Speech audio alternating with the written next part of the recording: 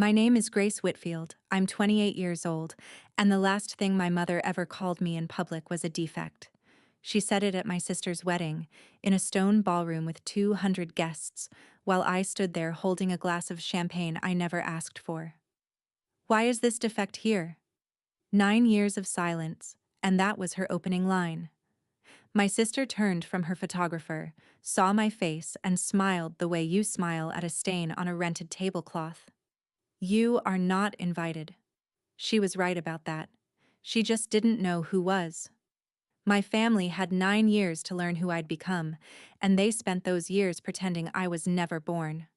What the groom did next ended more than the evening. It brought down a dynasty 3 generations in the making, and I never raised my voice once. But this story doesn't start in that ballroom.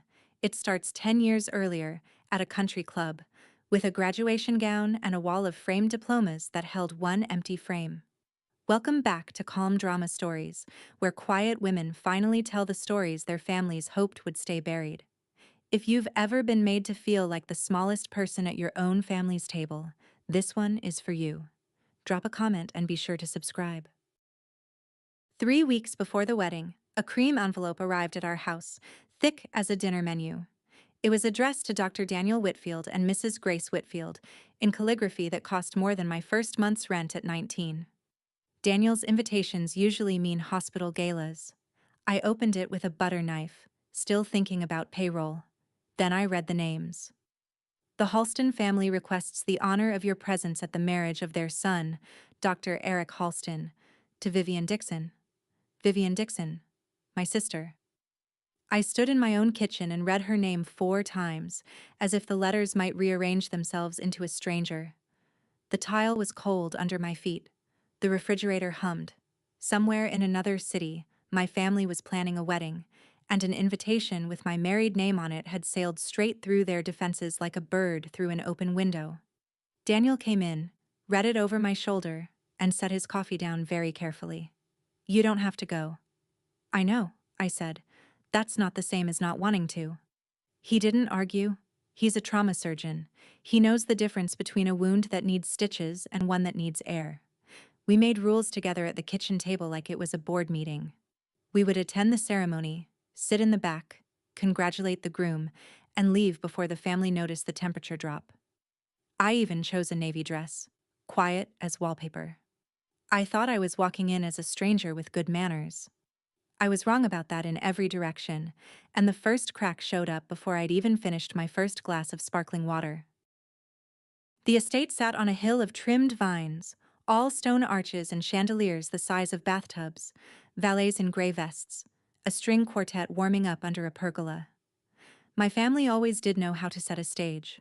Daniel got pulled into a circle of St. Anne's physicians near the bar, which suited me fine. I drifted toward the terrace with my wallpaper dress and a champagne flute a passing waiter had pressed on me, counting the minutes until the ceremony. That's when I heard my mother's voice for the first time in 9 years. It came from the other side of a stone column, bright and lacquered, her hostess voice. 2 families of physicians. Can you imagine the grandchildren? She was saying, and a woman laughed, and then my mother said the thing that took my breath like a door slammed on my hand. Vivian has always been remarkable. Our daughter. Our only child, you understand. We poured everything into her. Our only child.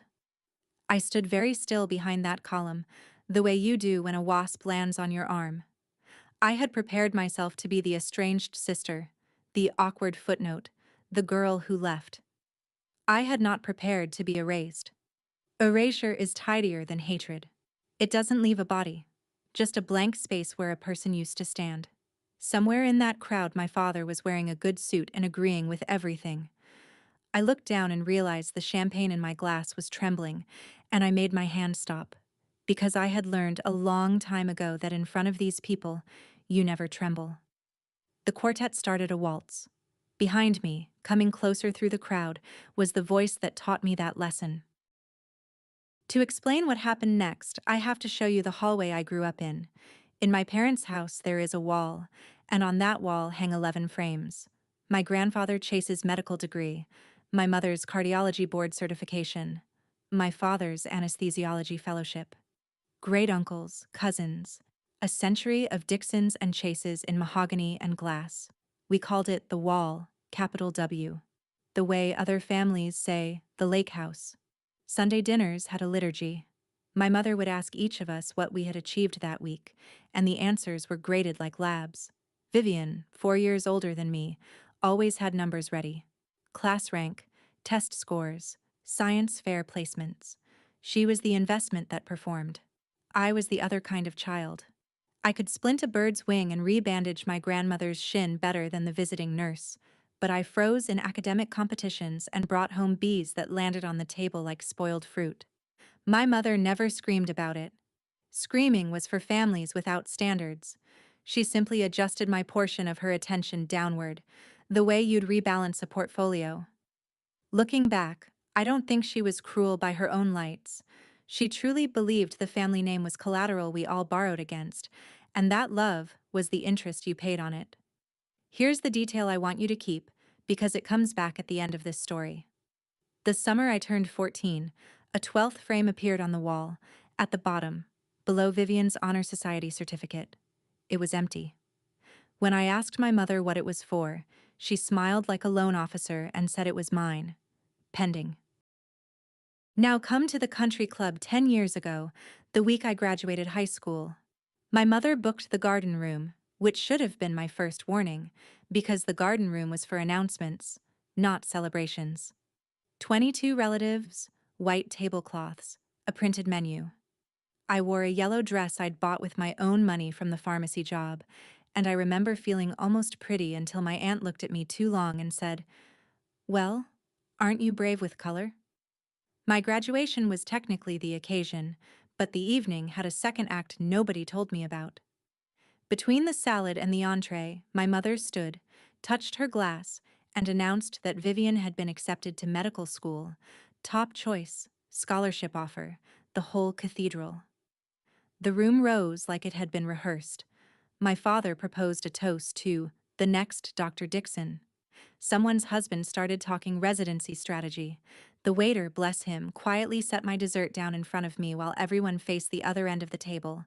And for a few minutes, I ate chocolate cake alone at my own graduation dinner and told myself this was fine. This was just how the family worked. Vivian's news was genuinely bigger. I had my own plan.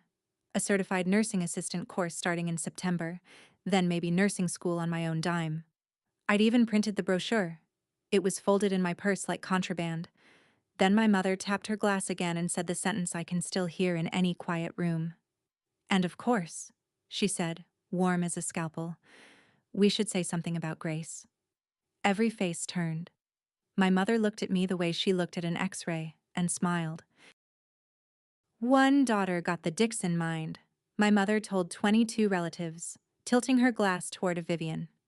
The other got, well, she let the pause do its work. Pauses were her scalpel, too. An ugly high school grad is still a high school grad. We celebrate what there is to celebrate. A few people laughed the way people laugh at a boss's joke, quick and hollow, eyes down. My aunt mouthed something sympathetic at me, which was somehow worse. I sat there with chocolate on my fork and 18 years of training in my spine, and I gave the garden room nothing. No tears, no exit, no scene to remember me by. I finished the cake. It tasted like drywall. Later that night, the family photographer's proofs went up on the mantel, and in the group shot from the club steps, I wasn't in the frame. Not cropped out, composed out. My mother had arranged the rows herself. When I asked about it, she walked me to the wall, tapped the empty 12th frame with one manicured finger, and delivered the family motto like a diagnosis. In this family, love is earned. This frame is waiting. What you put in it is up to you. I said the frame could wait forever then, because I wasn't going to medical school. I said it quietly, but I said it. My mother looked at me for a long moment, and something behind her eyes closed like a till. "Then it will hang empty," she said, "and everyone who visits will know why." She went to bed. I stood in the hallway under a century of other people's achievements until the clock chimed, and then the porch door creaked, and a voice said, "Come sit with me, honey." My grandmother Ruth was sitting on the porch swing in her cardigan, 2 glasses of iced tea already poured, because she always knew. She was my mother's mother, which surprises people. It surprised me too, once I was old enough to do the math on how a woman that warm produced a woman that cold. Ruth had been a nurse for 40 years. Night shifts, wound care, the unglamorous end of medicine, while her husband, the great Dr. Chase, collected the frames that started the wall. "Heard the toast, did you?" she said. It wasn't a question. I sat down, and the swing took my weight like it had been doing since I was 6. Then she did something she'd never done. She unbuckled the old steel watch from her wrist. The nurse's watch. The one with the sweep second hand she'd timed 1,000 pulses by. And she buckled it onto mine. It was still warm. 40 years I wore that, she said.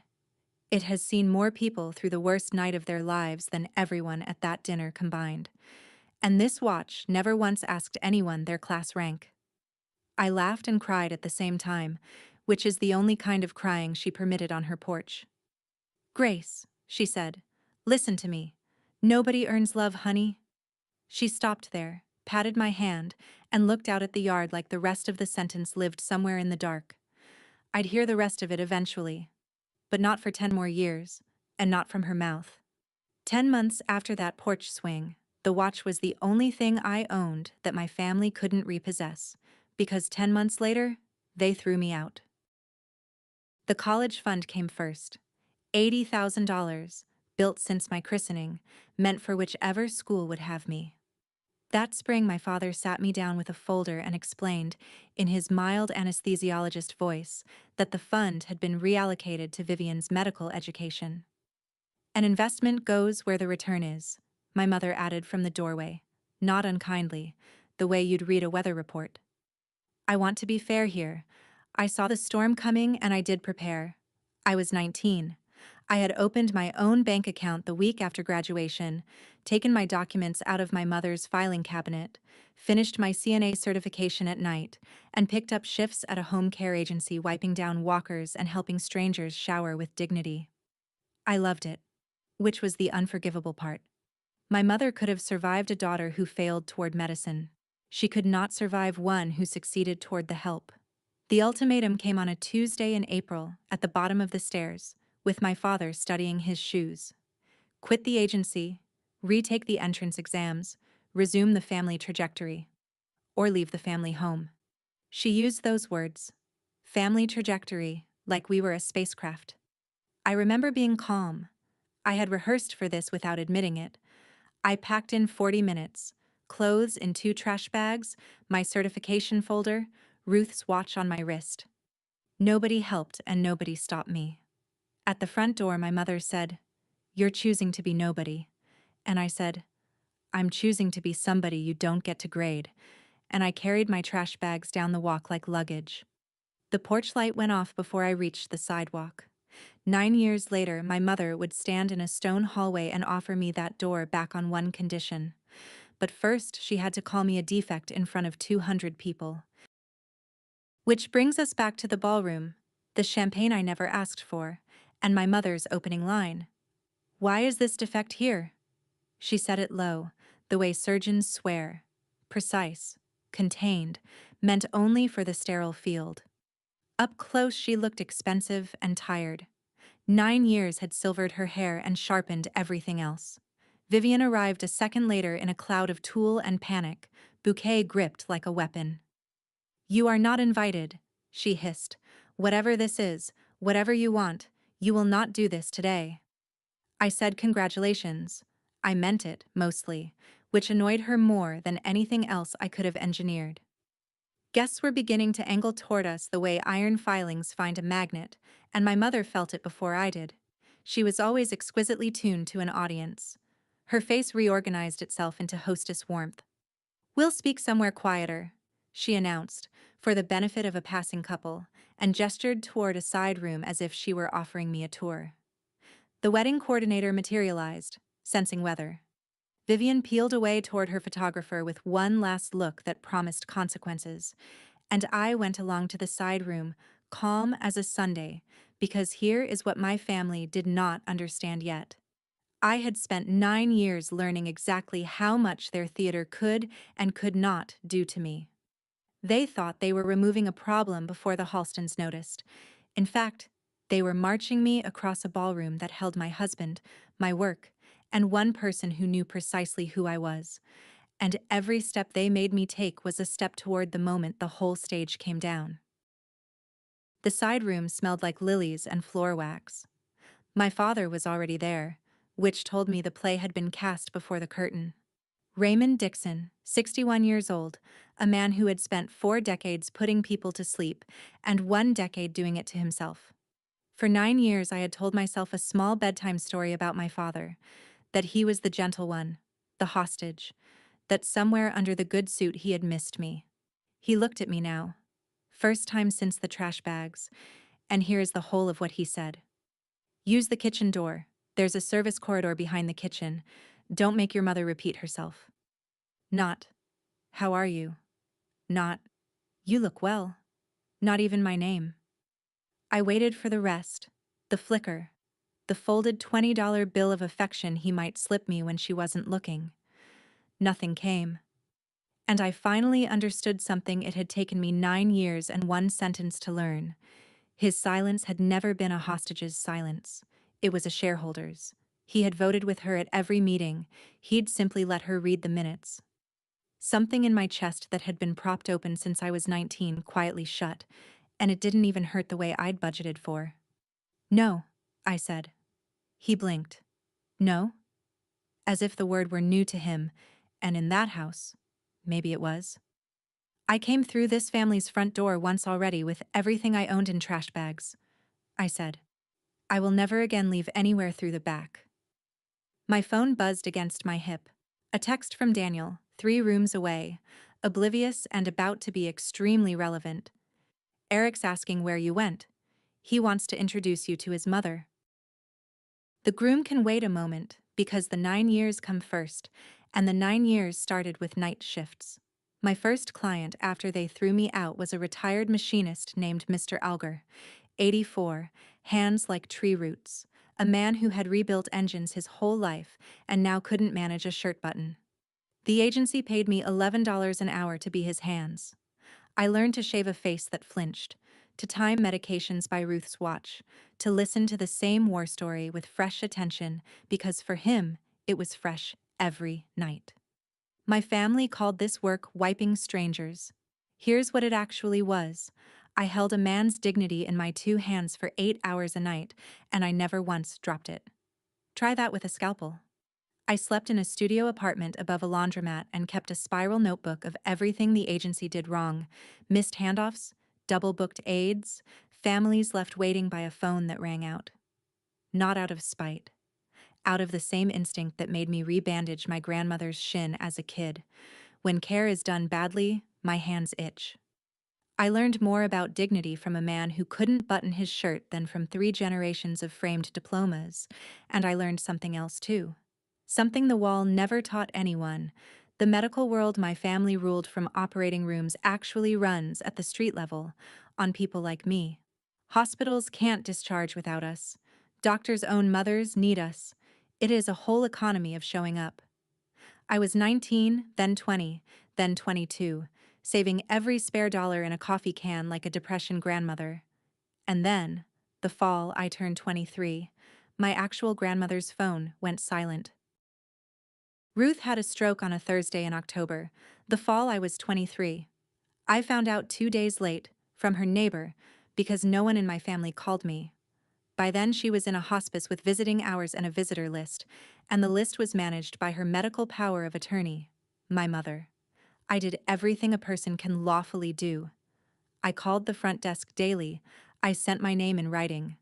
I drove 2.5 hours on my day off and stood at the reception counter in my scrubs while a kind woman with terrible news in her eyes checked a clipboard and said, "Immediate family only, and I'm sorry, but you're not on the list." I was her granddaughter. I was also, on paper, nobody. And paper was my mother's home field. I sat in my car in that parking lot for a long time, close enough to see which window might be hers. 11 days later, Ruth died. I learned about the funeral from the same neighbor after it was over. There is a specific kind of quiet that follows a grief you weren't permitted to attend. It moves into your apartment and pays no rent. But Ruth, being Ruth, had gotten one thing past the clipboard. A week before the stroke, she had left me a voicemail, 41 seconds long. I know it's 41 seconds because the screen says so, not because I'd ever heard it end. I pressed play the night I learned she was gone, got 12 seconds in. Gracie, it's your grandmother. Don't you dare delete this. And my thumb hit stop like a reflex, because her voice was alive and I wasn't ready for the past tense. I kept that voicemail for 5 years. 5 years. And I never once let it finish. Grief either buries you or it pours a foundation. 6 months after we lost Ruth, I took $12,000 out of the coffee can and the credit union, rented a 2-room office that shared a wall with a dance studio, and started my own home care agency. I named it Brightwater, for no family reason at all. I just wanted a name that sounded like the opposite of a hallway full of frames. My hiring policy was 1 sentence long: hire the ones who show up. I took the notebook of everything my old agency did wrong and turned every line into a rule. Aides got real wages and backup coverage. Families got a call back within the hour, every hour I was awake. My first contract was a small one. A hospital discharge planner who was desperate on a Friday afternoon and out of options, which is the only way anyone gives a 23-year-old a chance. We didn't lose a client for 2 years. Word travels fast in the showing up economy. 5 years later, Brightwater had 340 caregivers across 3 states, and I had a title I still can't say without hearing my own younger self laugh: founder and president. If you're watching this while you build something of your own in a 2-room office somewhere, while everyone who shares your last name calls it a phase, I want you to pause and hear me say it plainly. The people who wouldn't give you a seat are not the audience you're building for. Subscribe if you want the rest of this story, because the next phone call changed my name. One Tuesday, a hospital called about a patient nobody else would take, and the doctor on the line had a voice I'd end up hearing every morning for the rest of my life. Back at the estate, I didn't go to the kitchen door and I didn't go back to the ballroom. Not yet. I found the rock garden behind the terrace where the caterer's clatter faded into hedges, and I sat on a cold stone bench in my navy dress with my phone in my hand. You already know what file I opened. Grandma Ruth. 41 seconds. Saved through 5 phone upgrades, backed up in 3 places, listened to 100 times, and finished exactly never. I pressed play. Gracie, it's your grandmother. Don't you dare delete this. Her voice, papery and amused, the porch swing practically audible behind it. 12 seconds in, right on schedule. And I need you to hear this, honey, because nobody ever told your mother. Stop. My thumb. That coward. That loyal bodyguard. I sat there with my pulse ticking against Ruth's watch and her sentence cut off in the middle, the way it had been cut off for 5 years, and I asked myself what I was actually doing at this wedding. I could dodge the family, slip out after cake, keep the peace at a party I had every legal right to attend. Or I could sit where my name card said I sat, in a room they'd built on my erasure, and let whatever was true be true in public. Ruth went through that family's front door her whole life in a nurse's cardigan, and she never once apologized for the uniform. I put the phone away. I clasped the watch tighter. Then I stood up, smoothed the wallpaper dress, and walked back toward the music, toward the ceremony, the seating chart, and the 41 seconds I still owed my grandmother. Whatever her sentence ended with, I was done hearing it from behind a column. Now, the Tuesday phone call. 4 years ago, St. Anne's Regional had a patient no agency would touch, a retired teacher with a spine injury, a complicated house, and a family lawyer on speed dial. The surgeon himself got on the line, which never happens, and asked if Brightwater was as good as its reputation or just newer than everyone else's. I said, both. And he laughed once, like a door unsticking, and said, come prove it.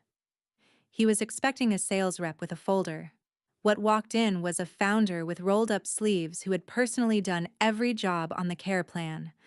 Dr. Daniel Whitfield, 32 at the time, the hospital's senior trauma surgeon, a man who wore authority the way Ruth wore her cardigan, without needing anyone to notice. We argued for 20 minutes about discharge protocols, and I won twice. He noticed the nurse's watch and asked whose it had been. Nobody in 8 years had asked that. Coffee from the vending machine turned into coffee from an actual cafe, which turned into 2 years of the calmest thing that had ever happened to me. He knew all of it before he proposed. The wall, the trash bags, the funeral I found out about late. He heard the whole inventory and said the sentence that closed the deal. You built a family business. The family part just came later, and it's me. We married in his mother's backyard when I was 26. 30 guests, a barbecue, Mr. Alger's granddaughter playing the fiddle. I took his name gladly. Dixon had only ever been a debt. But 2 weeks before that backyard wedding, I did one last old-fashioned thing. I mailed an invitation to my parents' house. You can probably guess what happened. You'd only be half right. The envelope came back 13 days later, and here's the half you might not guess. It wasn't marked "Return to Sender." It had been opened. Someone had slit it cleanly, read the invitation. My name, Daniel's name, the date, the backyard. Then resealed it in a fresh envelope, addressed in my mother's surgical handwriting, and mailed it back like a rejected insurance claim. On the back of my own invitation, one line, blue ink. Don't embarrass yourself. I stood at the mailbox so long the neighbor's sprinkler cycled twice. Daniel found me there and read it, and I watched a man who reduces shattered pelvises for a living go very still. We could just be happy, he said finally, loudly. It's excellent revenge. I laughed, and I married him, and I was happy. I want that on the record. But I also kept the envelope. I put it in the cedar box with Ruth's watch's original band, and every December after that I still mailed my parents a Christmas card. Plain ones. No photo. Signed Grace. Never answered. Never returned. Just swallowed by the same mailbox that had spat back my wedding. Daniel never told me to stop. He just watched me do it each year with the expression he wears reading a scan he doesn't like. I told myself the cards were closure, a habit, postage stamp charity. The truth is simpler, and I can say it now. Some part of me was still standing at the bottom of the wall, holding my achievements up toward the empty frame, waiting for someone to hang one. That part of me RSVP'd yes to my sister's wedding before the rest of me had finished reading the invitation. And that part of me was about to get an answer, the final one. From 3 people at once, in front of 200 witnesses, on the most expensive stage my family ever built. One more piece, and then the dominoes are all standing. 2 years ago, St. Anne's came to Brightwater with a proposal.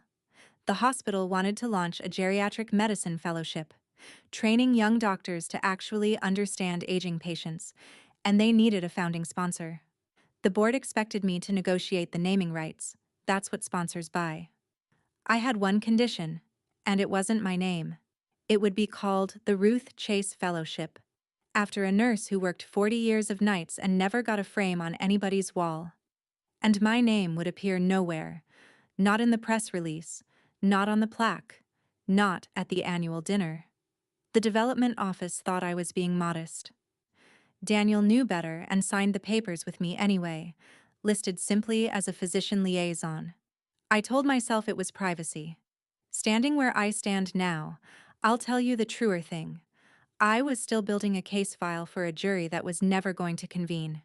Some invisible day in some invisible court, the family would finally see everything. The company, the fellowship, Ruth's name restored. And they would understand what they had thrown out. And they would come to me. Quiet auditioning is still auditioning. I just did mine anonymously, which let me call it dignity. The first Ruth Chase Fellow was selected that spring from 40 applicants. A young internist with good hands and better manners, the kind of doctor who calls the caregivers by name. He wrote me a thank you letter through the foundation without knowing who I was. His name was Eric Halston. I funded a stranger's future and told no one. And this spring, that stranger sent me an invitation to his wedding. Because that stranger was marrying my sister. The ceremony itself was beautiful, the way hotel lobbies are beautiful. I sat in the last row of white chairs with Daniel's hand over mine and watched my sister marry a man I had accidentally helped create. Vivian looked genuinely lovely, I'll give the record that much. And she delivered her vows the way she'd delivered valedictorian remarks. Flawless, timed, slightly laminated. She promised Eric honesty in all things, and 200 people sighed, and my water went down wrong. It was during the recessional that my professional brain, the one that audits care plans for what's missing, started itemizing this wedding the same way. Item. The bride was supposedly a dermatologist about to open her own practice, yet in a garden full of physicians, not one guest on her side was introduced as her colleague. Item. Her practice had a grand opening this fall, per my eavesdropping, yet no one could name the neighborhood. Item. My mother steered every conversation about Vivian's career backward, into her residency years, the way you'd steer guests away from a room with water damage. Item. Whenever anyone asked Vivian a direct medical question, and doctors at weddings ask constantly, my mother materialized like security and answered for her. Charmingly. Every time. Any one of those is nothing. A pattern of them is a chart with pages missing, and I had spent 9 years learning that when this family curates a story that carefully, somebody is bleeding under the gown. I didn't know what yet. I want that on the record too. Walking into that reception, I still knew nothing for certain. Then we found our table. Table 2. Groom's side, family adjacent engraved place cards, Dr. and Mrs. Whitfield. And across the ballroom, my mother picked up the seating chart. I watched my mother read the seating chart the way you'd watch someone find a lump. Her finger traveled down the calligraphy, stopped at table 2, and for half a second, I will treasure this half second into old age, Dr. Lorraine Dixon lost control of her own face. Table 2 was sacred geography, groom's honored guests, close enough to the head table to share a breadbasket. You do not sit strangers there, and you certainly do not sit defects. She looked from the chart to me, to Daniel, measuring him now. The good suit, the surgeon's posture, the St. Anne's colleagues who kept stopping by our table to pay respects. And I could see the machinery grinding behind her eyes. She didn't know who Whitfield was. That was the delicious, terrifying center of it. For 9 years she hadn't wondered about me even once, and now the answer was seated at table 2 under engraved calligraphy, and she couldn't ask anyone without revealing she didn't know. Vivian was faster. Brides always know their own seating chart. I watched her cross the parquet in her enormous dress, lean over the place cards, and go the color of the tablecloth. She looked at me, then toward the head table where Eric was laughing with his groomsmen, then back at me, and her lips shaped a silent word, I'll let you imagine. My mother appeared at her elbow, and the two of them held a summit behind a floral arrangement, all smiles for the room, hissing like a kettle up close. They had a problem with no playbook. They could not remove me without explaining me. And while they conferred, a silver-haired woman in blue silk was walking toward table 2 with her hand already extended. The groom's mother. Grace Whitfield, said Dr. Susan Halston, chief of medicine, mother of the groom, in the tone women of consequence use for each other. Finally, Eric talks about Brightwater like it's a teaching hospital, and Daniel, we've been trying to poach your husband for years, you know, gave up gracefully. Up close she had smart eyes and a jaw you'd want on your side in a budget meeting. I liked her immediately, which complicated everything. We talked care transitions for a minute. She was one of the physicians who actually understood what happens to patients after the discharge paperwork. And then she tilted her head with genuine, innocent curiosity and asked the question. So, how do you know our Vivian? Understand what was being handed to me. One honest sentence. She's my sister. Ask her why you've never heard of me.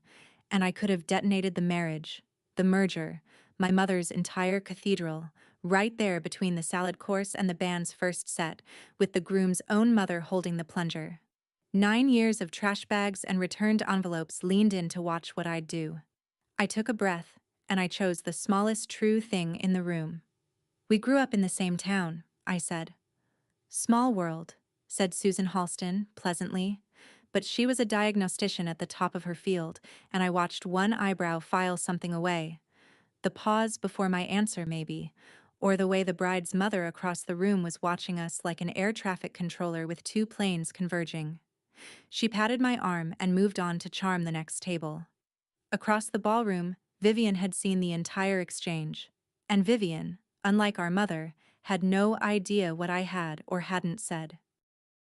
She got me alone by the coat check, fingers around my wrists like a blood pressure cuff, and walked me into the stone hallway with a bridal smile stretched over pure animal panic. The moment we cleared the doorway, the smile fell off. Whatever you told her, Vivian said, you're going to walk it back. Now. I told her we grew up in the same town. Oh, don't. Her voice cracked strangely. Don't do the calm thing. You've had 9 years to ambush me and you picked my wedding. I asked her the only question I'd actually brought to that estate. What did you tell them happened to me, Vivian? What's the story? And my sister, wife of an hour, looked me in the eye and said, there is no story. You don't exist. As far as the Halstons know, I'm an only child. It was cleaner. Cleaner. I had imagined smears, addiction, theft, a dramatic villain edit. The truth was so much more efficient. They hadn't buried me. They'd never dug the hole. I was an accounting entry that had simply been dropped from the books. You will leave before the toasts, she went on, control returning in beats, our mother's cadence settling over her like a coat. You'll have a migraine. Your husband seems polite. He'll drive you. But here's what I noticed instead of my own anger, because a decade of night shifts teaches you to read hands. Hers were shaking. Not wedding jitters shaking. Clipboard at the hospice shaking. Her eyes kept flicking down the hallway toward the ballroom. Not toward our mother. Toward Eric. A woman defending one lie is annoyed. A woman defending a load-bearing lie is terrified. And terror like that is never about a missing sister. People only panic like that when one lie is standing on top of another. Enjoy the toasts, I said, and walked back inside. I made it 3 steps toward a table 2, and then my legs took me right past it, past the band, out to the coat check, where I stood holding my own claim ticket like a woman deciding on a train. Because here is the arithmetic I did in that alcove. I had come to this wedding carrying one specific shameful hope: that 9 years might have loosened something, that a door might sit ajar. I now had my answer in writing. There was no door. There had never been a door. There wasn't even a wall with my shape in it. You cannot reconcile with people for whom you do not exist. So, migraine, coat, husband, highway. Give them the clean wedding and keep my dignity in the car like a to-go box. Daniel appeared beside me. He has a surgeon's radar for internal bleeding, and read the whole calculation off my face. He didn't argue either direction. He just said, say the word, and held out his hand for the ticket. That's when Ruth's watch caught on my sleeve. The clasp, worn soft by 40 years of her wrist and 10 of mine, snagged the navy fabric and sat there glinting under the coat check lamp. And I thought about a woman who walked through the Dixon family's front door for 6 decades in a nurse's cardigan, outranked by everyone at the table and outclassed by none of them, and who never once used the service entrance her son-in-law kept suggesting. If you're still with me, stay close now. Comment front door if you've ever refused someone's back exit, and subscribe, because every domino in this story falls in the next 10 minutes. I handed Daniel the ticket. We're staying for the toasts, I said. Inside, a fork was already ringing against crystal. My mother toasted first, naturally. She rose in pearl gray with a glass of champagne and gave the performance of a career. Charming, warm with intolerances, every syllable load-tested. She spoke of 2 great medical families joining, the Halstons and the Dixons, and what that union means, of standards upheld across generations, of her pride in a daughter who had never once lowered the bar. Then she smiled at the room and delivered the family catechism, polished for export. People ask how our family produces what it produces. The answer is simple. Everything in this family is earned, our name most of all. Nothing is given away free at our table. 200 guests raised their glasses to it. I kept my hands in my lap and did something I hadn't expected. I heard the sentence underneath the sentence. She had said those exact words to me at the bottom of the wall, and someone had certainly said them to her in that same house when she was small. A grandfather I'd never met, the great Dr. Chase, who Ruth once told me graded his daughter's posture at Sunday dinner. My mother wasn't quoting herself. She was reciting.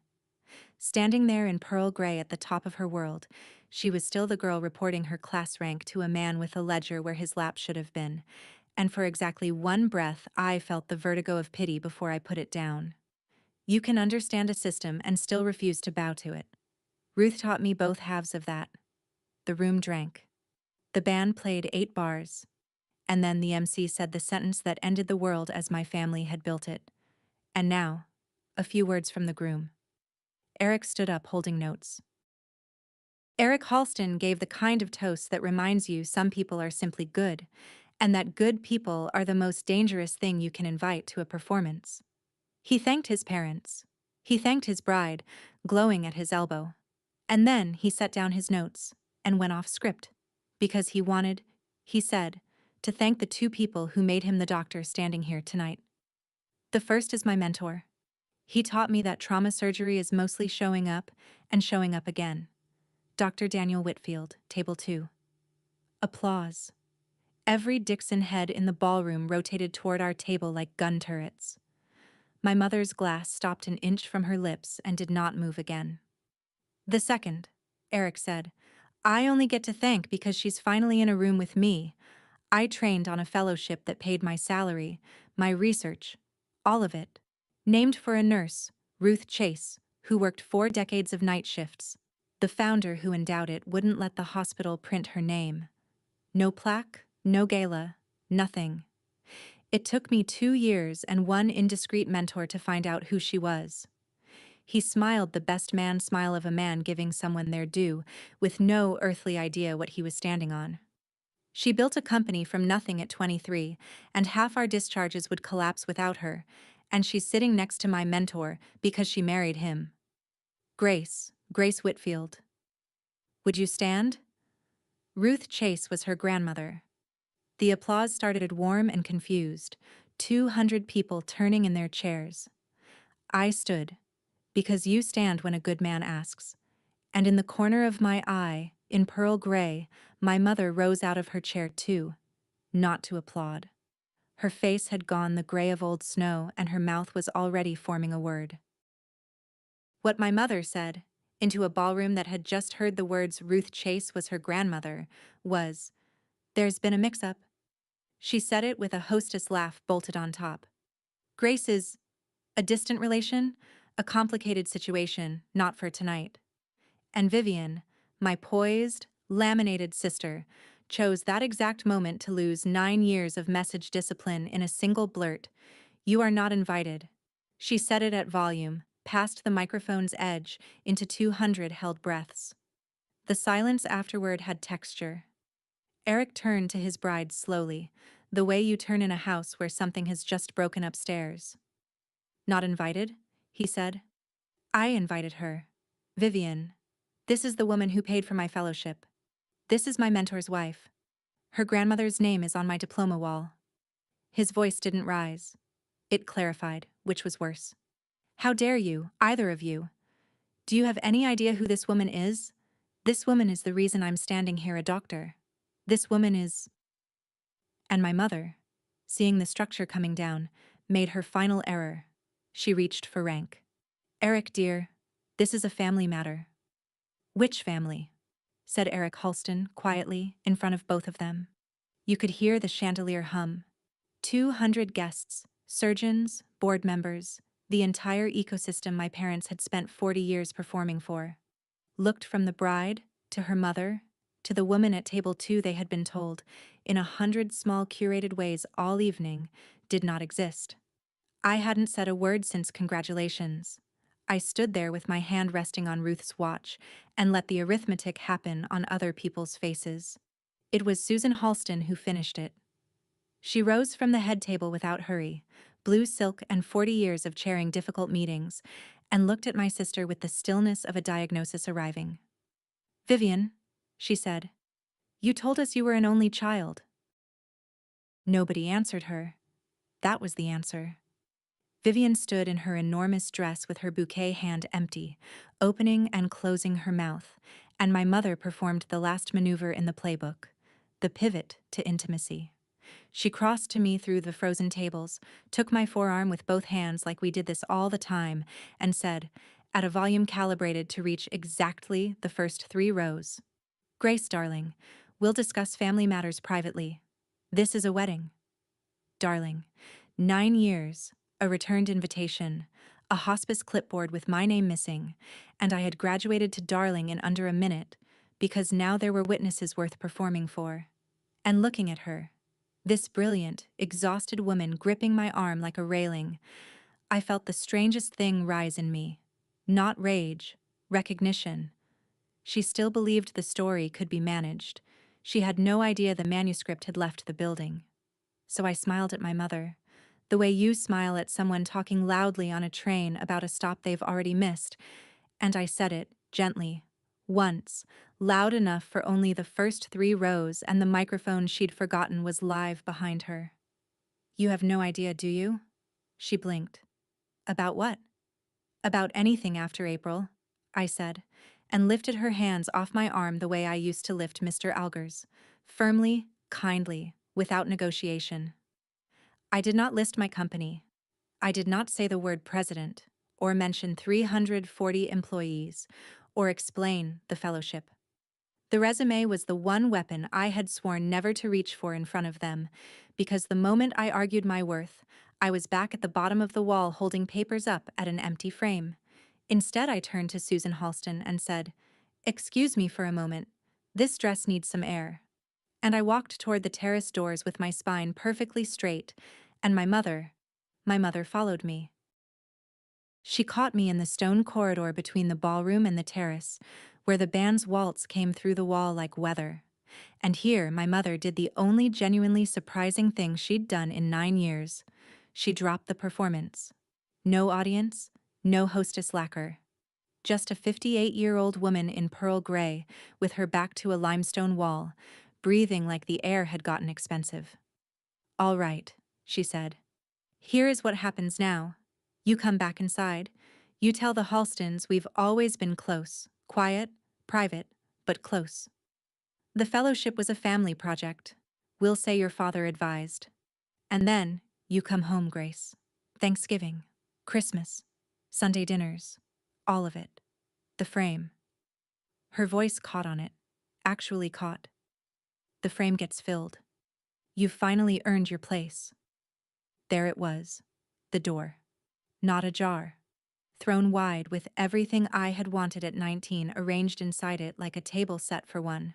All I had to do was carry one lie across the threshold, and lying was the family business. They'd trained me for it my whole childhood. I'd simply refused the apprenticeship. I looked at her hands while I let the offer hang. They were trembling. The fine, relentless tremor she'd hidden under crossed arms all evening, the tremor that had ended her surgical career years ago, a failure she'd outrun by becoming the family's judge instead of its performer.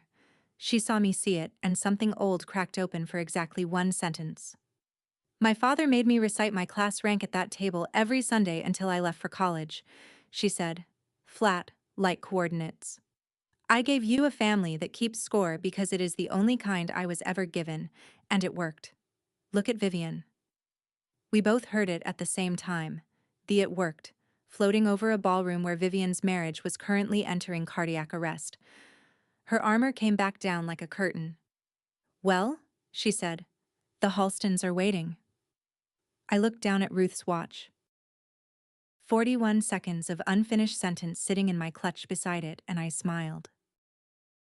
I walked back into that ballroom ahead of my mother, and I know exactly what she believed my posture meant, because she straightened her own and followed me in like a producer trailing her star. The room had not moved on. Rooms don't, when the bride's family is on fire. They just eat cake quieter. Susan Halston stood near the head table with Eric, and when I approached, the last conversations died out politely, and she asked me the question straight. physician to physician, in front of both families and God and the wedding videographer. Grace, before anything else is said tonight, is it true? Were you part of this family? My mother arrived at my shoulder. I could feel the script she'd handed me radiating off her. Always close, quiet, private, a family project. One sentence, and the door stood open behind me with the holidays inside. And I heard Ruth on the porch swing, clear as the night she said it. Nobody earns love, honey. And I finally understood the assignment of my whole adult life, not to win the argument, to leave the courtroom. Here is everything I'll say at a wedding, I said to Susan, but really to all 200 of them. I was born a Dixon. When I was 19, I was told that in that family, love is earned, and I stopped earning. I haven't spoken to them in 9 years. Eric, you married someone tonight. I hope you'll ask her, gently, for the rest. It isn't mine to tell.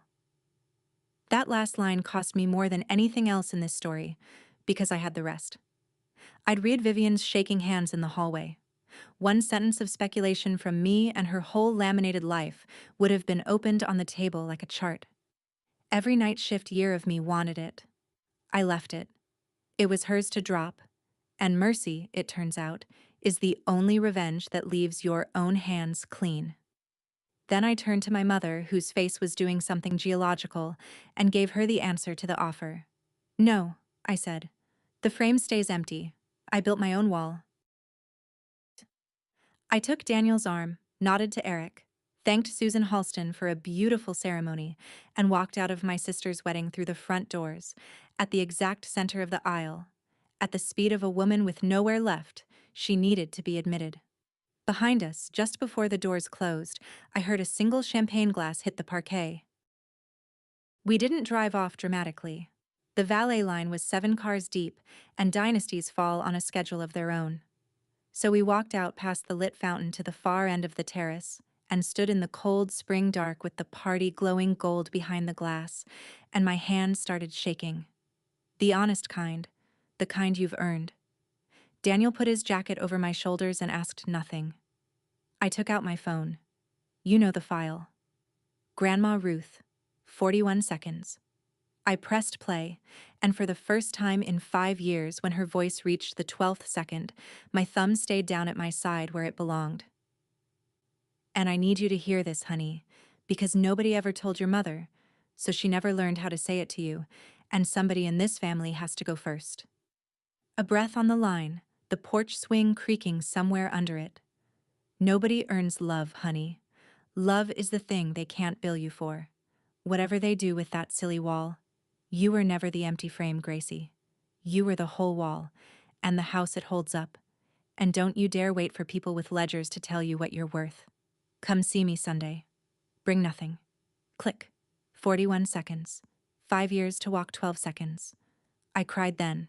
The only time in this whole story, so let the record show it happened on a terrace, in my husband's jacket, with my grandmother's watch ticking against my wrist like a second heart. Not for the family I'd lost. You can't lose what was never issued to you. For the woman who'd gone first, and for the 19-year-old at the mailbox who could have used those 41 seconds a little sooner. When it was done, I did one small housekeeping thing. I opened my drafts folder, found the Christmas card list with my parents' address sitting at the top where it had sat for 9 Decembers, and deleted the entry. Then we went home. The dynasty spent the next 6 weeks collapsing without any help from me. Here's what the collapse looked like from a respectful distance. The Halstons did what careful families do after a wedding with a surprise sister in it. They went back and checked the chart. The dermatology practice with the fall grand opening had no lease, no license on file, no fall. Vivian's residency, it turned out, had ended halfway through her 2nd year. Not paused, ended. And the years since had been a med spa job wrapped in our mother's narration. She had a diploma. She did not have the life printed on the wedding program. Eric filed for annulment 6 weeks after the cake. I'm told he did it kindly, which sounds like him, and that he kept the Ruth Chase name on his email signature, which undid me a little. My mother resigned her chairmanship of the hospital gala committee that fall, citing family obligations, the sentence doing more work than any sentence should. Nobody fired her. Nobody needed to. Her currency had simply been devalued in every room that mattered to her, and she had built her entire life in those rooms. That was the whole punishment, and it was total. My father sent me an email in November. One line, no subject. Your grandmother would have been proud.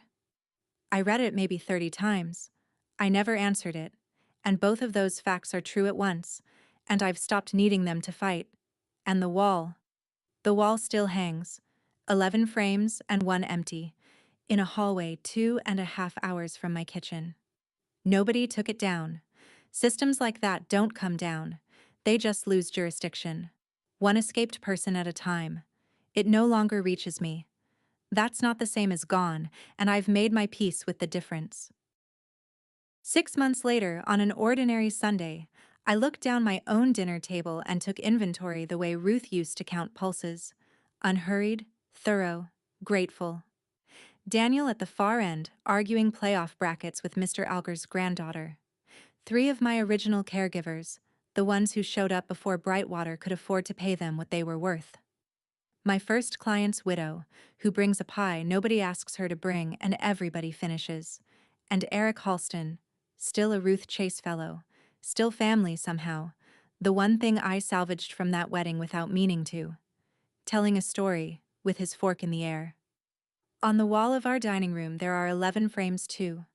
I counted them one night and laughed until Daniel came to check on me. Ours hold a fiddle recital, a fishing boat, a coffee can, 2 wedding photos from a backyard, and a nurse in her cardigan on a porch swing, mid-sentence, saying something the camera couldn't keep. Not one certificate. The watch was on my wrist, where it stays. The voicemail is still on my phone, and these days I can play it all the way through while the potatoes boil. If a family ever made you audition for a seat at their table, hear this. Love that has to be earned was never love. It was a job with no wages, and you are allowed to quit a job, and the table you build afterward will hold every person your old chairs never fit. That's my story. One empty frame, one nurse's watch, and a voicemail that took me 5 years to finish. If someone has ever made you feel like you had to earn your place at their table, take this as your sign to start building your own. Share this video with someone who needs that permission today. Drop a comment telling me about your table, hit subscribe, and I'll see you in the next one.